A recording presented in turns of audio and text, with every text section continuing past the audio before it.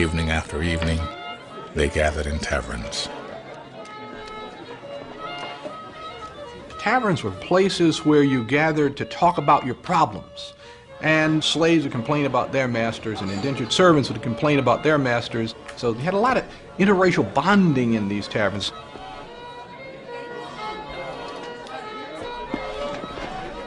You have people who indenture themselves. They promise their labor to a wealthy person for 7 years in order to pay off the price of coming to the New World. For the first 50 years of the colony, most of the unfree labor force had been European, but that was about to change.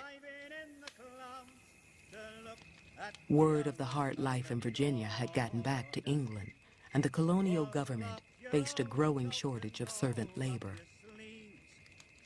Also troubling the colony were the thousands of free men, most former indentured servants, who were unemployed and roaming the countryside. The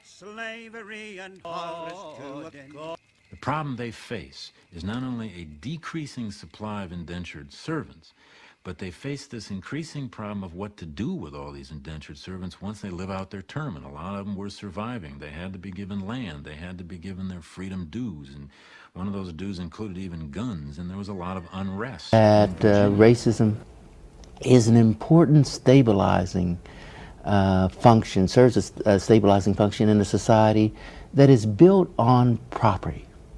And in a society where a great many whites don't have any property to speak of, certainly don't have as much as those on the top, what this society has given them from the time of slavery to the present is a sense of property in their whiteness, that their skin color enables them to somehow identify and live vicariously the lives of those on the top.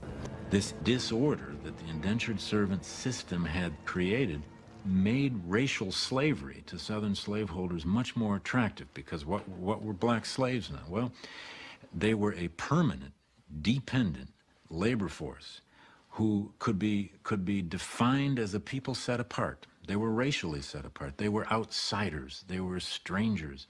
And in many ways, throughout the world, with a couple possible exceptions, slavery has taken root especially well when the people who are enslaved are defined as strangers, as outsiders, and can therefore be put into an inheritable, permanent status of Virginia slavery. legally recognized slavery in 1661, and a year later, a Virginia court decided that all children born in the colony would be free or slave according to the condition of the mother.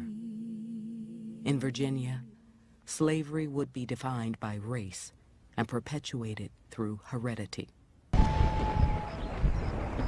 The small group of elite Virginia planters have committed to the use of race slavery to expand their tobacco holdings.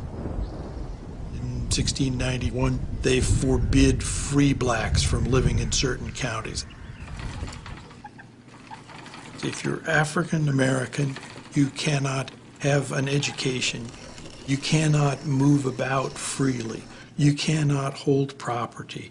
All of these constraints are falling in on one generation. It's a link in a chain of slavery whereby people cannot become free. Before this, there were ways of becoming free. Slavery is replacing indentured servitude as the labor system of choice. And by the beginning of the 18th century, it is clear that through law in the Chesapeake, slavery is being made a racially based institution, and people are being considered property. We have the idea that it's somewhere written in stone that there are these fundamental differences between human beings. We don't realize that race is an idea that evolves over time, that it has a history, that it is constructed by a society to further certain political and economic goals.